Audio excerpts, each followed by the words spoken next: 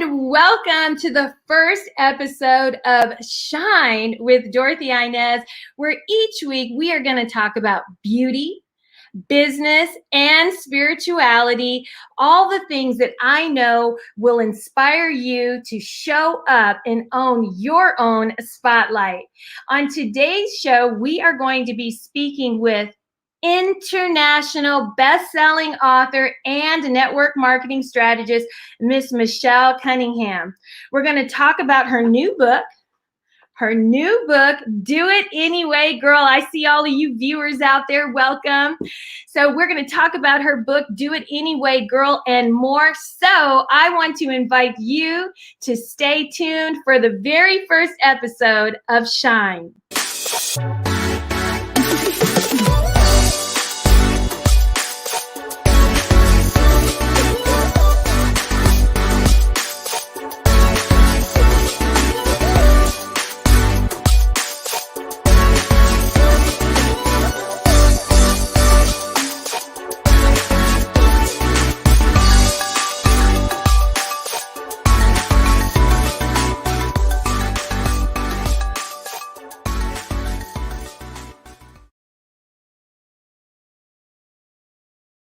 So, hey, we are back, and I am your host, Dorothy-Inez, and I am a confidence coach that helps women in direct sales show up and shine with a beautiful personal brand that empowers them to confidently show up online. So I'm so excited about my guest, Michelle Cunningham, today. If you know her, you know that her strategies will help you have more leads, more sales, so that you can put your business on autopilot while working less and playing more. How many of you that know Michelle know she knows how to play? So I want to take a moment right now. Join me in welcoming my guest, my sister, my friend, my coach, Miss Michelle Cunningham. Hey, Michelle. Hello, my friend. I'm so excited to be here. I love this. It's so pretty and sparkly and beautiful. I love your brand. It looks so good. Thank you so much. It took a lot of work, and I'm so excited and a little bit nervous, but this is a part of when we do something new. I always say when you're growing, if you're comfortable, you're not really growing. So growth requires you to be a little uncomfortable. But today, that's why I needed you as my first guest. I would be super comfortable. So welcome, Michelle. I'm so glad to have you. So I want to jump right in to this amazing book that you wrote.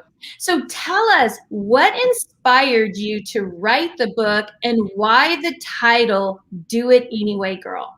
Yeah, it's a great question. So I decided to write the book because there was this day that I was like, if I die, I'll be really mad I didn't write a book. That was literally what inspired me. I'm like, so I should really just write the book. Just stop and just write the book. And what was so crazy is I was on this show. It was called the Angel and Tina Morning Show. And they go live every day at 11 a.m. And both of them were international best-selling authors.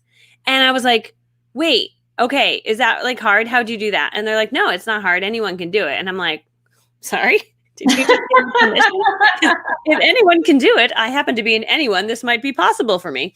And so I'm literally like, if they did it, I could probably do this. Because when you learn how to become an international best-selling author, it's actually not all that complicated. To become a New York Times best-selling author, that's virtually impossible, right? I mean, people do it, but it's very difficult.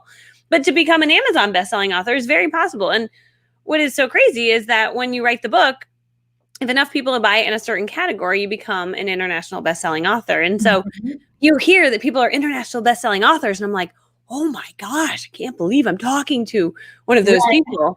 But now I'm like, I've done it. I've become an international best-selling author. And then there's this very honest side of me that's like, and you can become one too.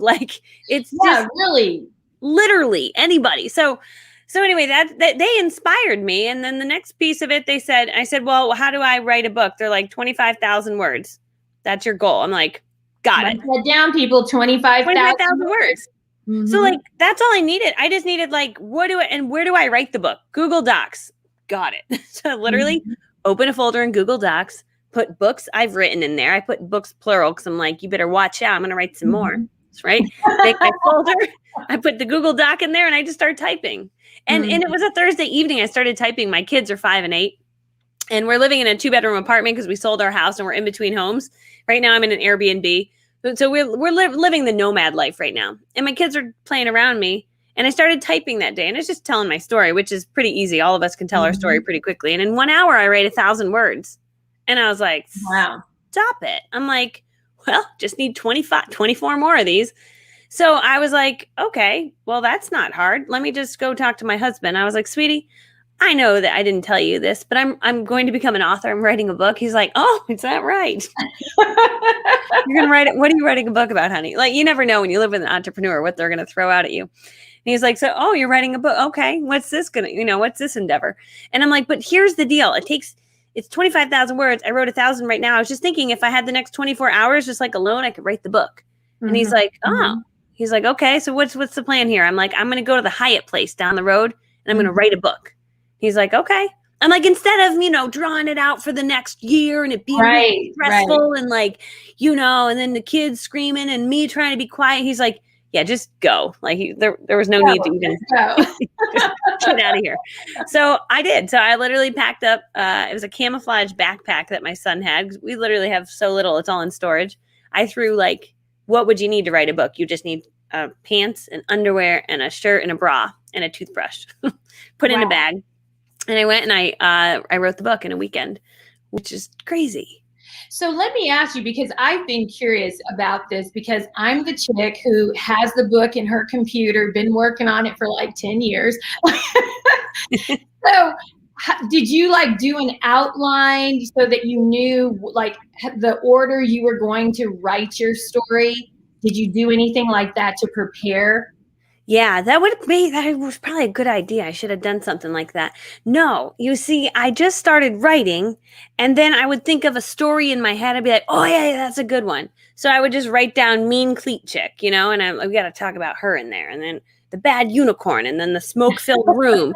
And so I just would jot a little note over here. So as I was going, when I got to that part in the story, I could drop it. And what's easy about writing my story is that it's a chronological. Chronological, yep. Right? So it's just Mhm. my story from like, I was poor, I was young, then I went to college, then I got this job, then I got this, and then I did this. So it's very easy to just turn those into chapters. Like, and this year I learned how to generate leads. This is how I did it. And this year I learned how to book them into parties. So Mhm. that's what made it super easy. Was it's kind of like if you were to break down your story and you're Right. following in that, it kind of just became its own little 18, I think it's 18 chapters. And then at the end I started writing, I don't know, I gave like tidbits at the end of the book. I forget what I called them, but like I Yeah, kind of summarized I got the book right here. I yeah. come in different flavors too. You can get I come in pale version or tan version on Amazon. You don't know Oh, what you're going to get. yeah, you don't know what you're gonna get. I got the pale version. And I think I've got the tan Yeah, version. you got tan. This girl's white and then my mom has the limited edition red version. Oh. I come So yeah, the key lessons. I just started throwing together key lessons, and I did it in one chapter, and then I was like, "Oh shoot, now I got to do this in every chapter." But people say they like that, and I thought that's pretty. I love that part of the book, how you just kind of do, if you're the reader that doesn't want to like, oh my God, this book, you can just Yeah, go and grab snippets right. at the end. So I love that. Now, Michelle, we're curious. You have this obsession with Oh unicorns. yeah, Tell us about the obsession with unicorns. yeah. I don't even know Where where did it it came from. start? Other than like, how could you not like a unicorn? Unicorns are like rainbowy and pink and pretty and magical, and I'm like, dude, that's just such an easy thing to just love, and they're everywhere. And so I just started to like unicorns, and it kind of became an accidental, awesome thing that unicorns are everywhere. Every store you go into, there is unicorns, and so I get gifts all the time from people that watch me online, which is crazy and awesome. But I got a unicorn mug yesterday. It's the cutest thing ever. But people find unicorn stuff and they send it to me. And so everyone should love unicorns because they're everywhere. But But more important than that is when you're building your online brand, have a thing you're obsessed with because you become a constant reminder. Like I knew a girl, she was obsessed with Nutella. Well, you see Mm-hmm. Nutella all the time when you're at the grocery Mm-hmm. store. You see at the gas station, the little dipsticks and the Nutella. So just whatever your thing is, talk about it a lot and people will remember you by that one quirky, weird thing. And I just like happy unicorns, you know. Yeah, that's like I did part of developing my brand is I did a survey and asked people, what do they think of when they think of me? Because I was like, I want to know if I'm on brand. You know, are they thinking confidence when they think of Dorothy-Inez? You know what they said, Michelle? It wasn't unicorns. It was Prince. Oh yeah, Prince, totally. You're always commenting Prince. Yeah, because everybody, you know, Prince is my inspiration, and everyone sends me, you know, did you see this, Dorothy-Inez? Did you see that? So I can kind of relate. And I remember, I think at Christmas, didn't you get a whole, like, your mail was just full of unicorns for Christmas?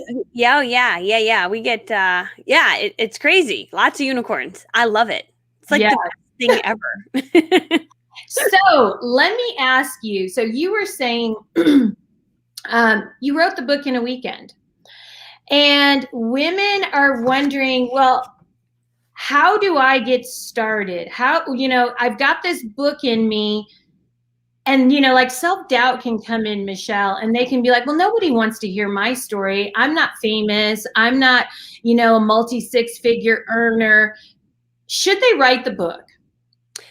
Yeah, and here's why. I think that no matter what level you're at, you will have that feeling, right? There's even moments that I was watching Lewis Howes the other night and he was talking about his YouTube channel. He's like, man, I only have like 43 million or like some outrageous Only number. 43 million. But no matter what, it made me realize that no matter what level you're at, there's always someone above your level, right? And sometimes we're like, well, I can't do it because I'm not at that level. Well, so what? How about if we just take the cover of the book and we do it anyway, girl? How about we just do it anyway, girl? Who cares?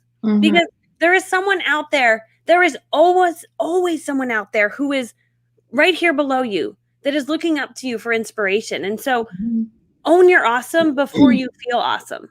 And I have to remind myself on days where I'm like, oh, but I was a pretty good network marketer. I wasn't the number one in my company. Stop with that madness. Are there people that did never reach your level that would love to learn from you? You know, have you done something that someone else hasn't done that would love to learn from you? And that can be that you've recruited a person and you've held a $30 party. There's people that have never done that would learn from you. And so I don't know that it matters that you're the best of the best of the best. It just doesn't, because you are unique in what the message you deliver. And there are only some people that will connect with you by your message. I can train on the same thing that Miss Susie Sue, top #1 lady in the whole world, trains on. But if the message doesn't resonate with you and you can't hear it, it's worthless, right? Right. So there's something unique about each of us that will connect with our unique tribe. And so I give you permission to own your awesome before you're awesome, and to write a book, even if you're like, who do I think I am? Which I kind of, my husband's like, you're writing a book, you know, almost like he didn't say it, but you know, there's a little implication like, you know, write a book. You don't even know how to write a book. I'm like, I sure don't. Michelle is handing out permission slips. I'm handing out permission slips. Yes. We are giving you permission to write that book. And Michelle, you know, I have to say, you know, that concept that you just shared was something you shared with me when I first met you and had you one of our first calls together, and I had you as my coach. And, you know, being a confidence coach, we still struggle with areas of confidence. And I was like, oh, well, people have already, you know, heard that, or, you know, that's too simple. Nobody's going to want to find value in that. And I remember the first time I showed up with your audience, it was for that booking. I shared, I'd booked 17 calls in one day, and you were like, oh, come on and share. And I go, but I'm not a top network marketer. I just started. You were like, yeah, but people can learn from that. And that was an eye-opener for me, because like you said, there's always somebody who's looking up to us, and they just think that, you know, we're the greatest person, and we have to show up, even if it's just for that one person. That one person, we have to show up, because that's what this show is all about. It's all about Do it anyway, girl. Do it anyway. Shine your light regardless of where you believe you are or where you should be. Right, Michelle? Yep, it's totally true. And I think we get so concerned about what other people are doing or that they're doing it better. How about just do it your way? Like, how about Exactly. just you have your own unique way? It doesn't have to be the best camera, the best this on a video, the best branding, the best. Just start Yeah. and put the things out there and Yeah. write the book. Yeah, Yeah. Some action is better than no action, right? absolutely. Yep. So, right now, real quick, we are going to have a little commercial break, Michelle, and then we will be back with Michelle in just a moment. So, I want to share with you all right now that me and my friend Natasha Lee, we are having a very special event in honor of Self-Love Month called Awaken. During this event, you're going to transform your mind, boost your sense of self and your spirit. And so I want to invite you to join us for this free event happening. So take a look at this little commercial for you.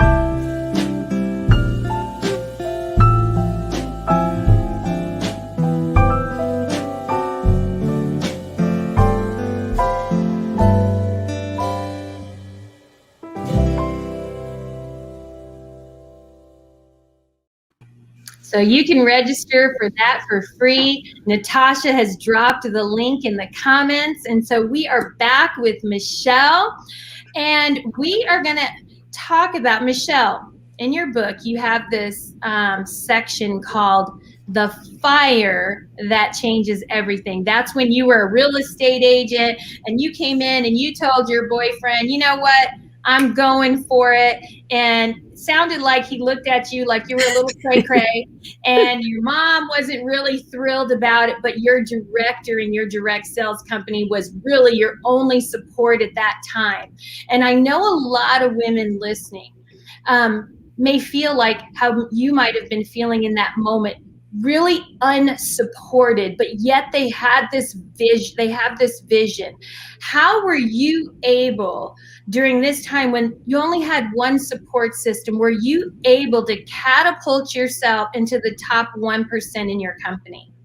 Yeah, it's a good question. I don't know that I knew that I was going to be able to do it, but I knew that my mentor taught me if you just work this really hard, you give it your full attention, there's no reason you can fail. And so I kind of was like, okay, fine, then I'll just work really, really hard. And it is so true of network marketing that if you see enough people, you introduce enough people to your products, you introduce enough people to your opportunity, something will stick.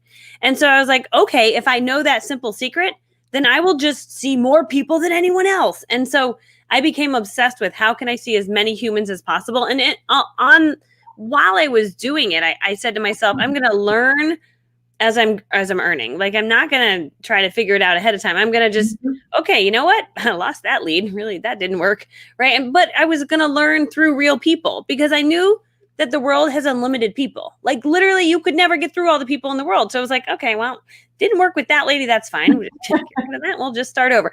And so I just worked through people, not worrying about like, oh man, that one fell. It didn't matter. Because there's unlimited people in this bucket over here that I can reach out to. And so I think some people, they never get to that point of abundance where it's like, no, there's so many people in the world. Tons of people. Oh my gosh, like you, and I made a commitment in the beginning because I'm an introvert and I didn't want to bother my friends and family. And I never wanted to like make it awkward at family gatherings that I'm not going to build my business on those people. So I like cut them out of my life for my business. And I know some people say, well, that was silly. You could have probably sold to them. I'm like, you know what? I just made a decision. Those people didn't exist in the world for this thing.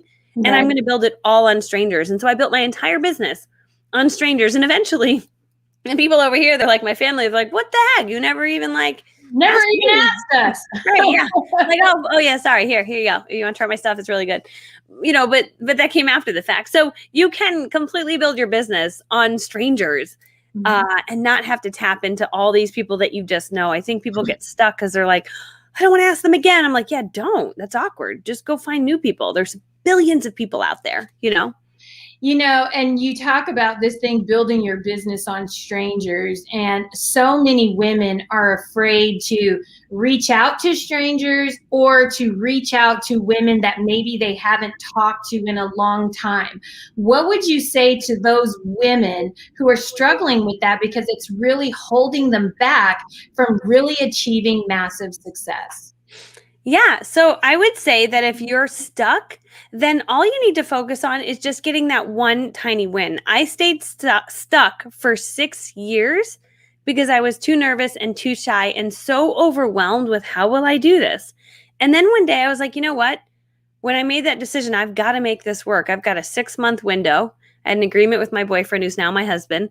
I said, give me 6 months. He's like, oh, just go get a real job. I'm like, how about just give me 6 months? And if it doesn't work, I'll get a real job. And he's like, okay. And when he said, okay, I was like, oh gosh, I'm in such big trouble if I don't make this work.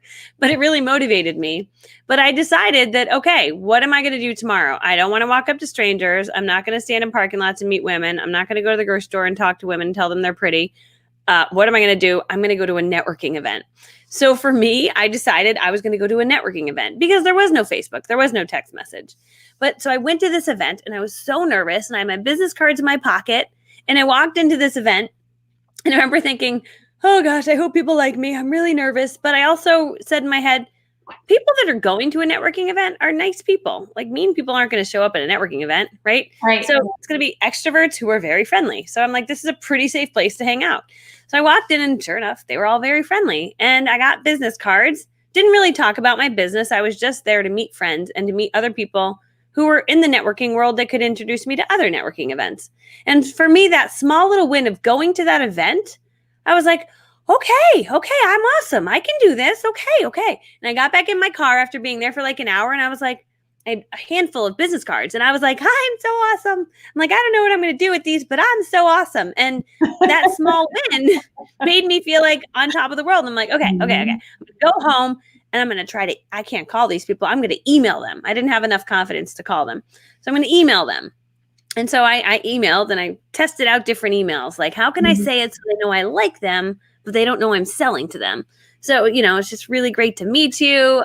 Thanks so much for staying connected. If you're going to any other networking events, please let me know. I'm just trying to, learn and meet new people in the area. Right. And, I don't know if you'd be interested in something like this, but I'm putting together a portfolio with small business owners and not sure if you'd be interested. Let me know. I could shoot you over some info. It's just like this very non-abrasive, super friendly. And then some of them said yes. Mm-hmm. And then I was like, whoa, it was almost like I was like a little kid getting a sticker, in first grade. I went to the networking event. I got another sticker. Someone said yes. And then I got another sticker when they actually showed up to the appointment. And then I got my fourth sticker when they actually bought something from me. And when I did that, I was like, okay, I met a stranger. I booked them. They came over. They bought. Let's do it again. And I knew that now I have this formula. Right. And let's not overthink this. That worked. Let's go do it again. Right. And then when I did that, I'm like, okay, I've got this. I can do it from a networking event. How could I find people on Facebook and do the same thing? Let's test that out. And how can I take the person that comes over and turn them into more leads? Mm-hmm. And how can I take the person that comes over and have them book another party? So I was testing all these little things out and finding ones that worked. And when they worked, I just kept doing more of them. So my biggest advice is get that small little win, whatever it is. And if you can turn a stranger into a customer, you can do it over and over and over again. Right. It becomes like a system that you just do, because that's what I've done too with the reach outs on Facebook. And it's a numbers game. If you just keep small amounts and then you start giving up right away, you have the more people you talk to, the more yeses. And I get excited about numbers. So I like to average. Okay, it took 20 contacts to get 5. So I know I need to reach out to 20 people to get 5, people. So I love the whole numbers, whole numbers piece. So my last question, Michelle, is what's next? What's next for Michelle Cunningham? Yeah, such a great question. So, one of the biggest things that I hear from my tribe all the time is people want to work with Michelle Cunningham. And so I actually have a new course that is going to be coming out. that's going to allow people to work with me in small group settings to get their next level, to have their big breakthrough. I'm really super passionate about helping women get to the next level and achieve what they want in their network marketing business. And I know for me, I struggled for so long because I didn't have a mentor. I didn't have someone to cheer me on. I didn't have someone to say, yeah, that's a good idea. And when I finally found that person, everything changed for me and kind of made this commitment that I will be that for anybody. I left the industry solely so I could focus on being a coach and helping people get to the next level. And so I'm not tied up with running another organization and doing that because that is a full-time job. Yep. I'm solely just a network marketing coach. I spent 17 years in the industry, and now my passion is showing people, here's how to get to your next level. Because when you get to that next level, oh my gosh, the doors that open for you and the opportunities, like, I never thought that just getting to that level would then kick me over to this level of this crazy brand that I've built. Never in a million years. But it is crazy what one little success will turn into in other ways for people. And I'm just so passionate about showing that to women. Exactly. And Michelle is, like I said, the most awesome woman. I think we started working together in May, and I've paid thousands and thousands of dollars for coaches and have never gotten the value that I've gotten from you and the inspiration, how you show that just that little bit that, I think is simple. Somebody else, jump online, Dorothy-Inez, and share that because somebody else might need to know that. Somebody else might be wondering about that. So I just want to encourage everyone, take the advice that Michelle has shared today and use it. She's got, some really great ideas. This book, I call it the Bible for all women in network marketing. It literally is a blueprint for how you can run your business in a way that feels authentic to you. And I have on the screen how you can connect with Michelle. It'll have how to get her book. Where's her website? How she has a tribe. Tell Michelle, what's the name of your book tribe? The book tribe is it's the Do It Anyway Girl tribe. Is that what you mean? Yeah, the Do It Anyway Girl tribe. I was like, what was it called? Do It Anyway Girl tribe. The link is here on the bit.ly/shine with Michelle, because you literally will shine with Michelle. If you have not subscribed to my YouTube channel, subscribe to my YouTube channel, because every week I'm bringing you amazing guests. Next week, I have Sharice Williams as my guest, and we are going to be talking about, how to shine through health and wellness. So that's going to be super exciting. And then after that, I have Justina Ford coming on, and we're going to talk about healing and mindset. And then at the end of the month, are you girls ready? You know who's my final guest for the end of the month? Pamela Waldrop Shaw. So she is going to be so inspiring, and I'm super excited to have her at the last Wednesday of the month. So keep it locked. And Michelle, are we going to be going live somewhere else? Are we going to have an afterglow? Yeah, let's do an afterglow. We'll take it over to my group. We've got the Build It Big Freedom Tribe is a Facebook group for network marketing women. So we can take our party over there because it's perfect. We'll just head over there now. Yeah, we'll head over there. And what I'm going to do, a lot of you gave me questions for Michelle. Don't think your questions were ignored. And Michelle's going to answer some of those questions over there. So join us over in the Build It Big tribe. Thank you so much, Michelle, for being my first guest and bringing these ladies some value. And I will see you on the inside of the other group. All right. Thank you, my friend. Thank you. All right, everyone. Thank you so much for tuning in, and have a blessed day. Bye-bye.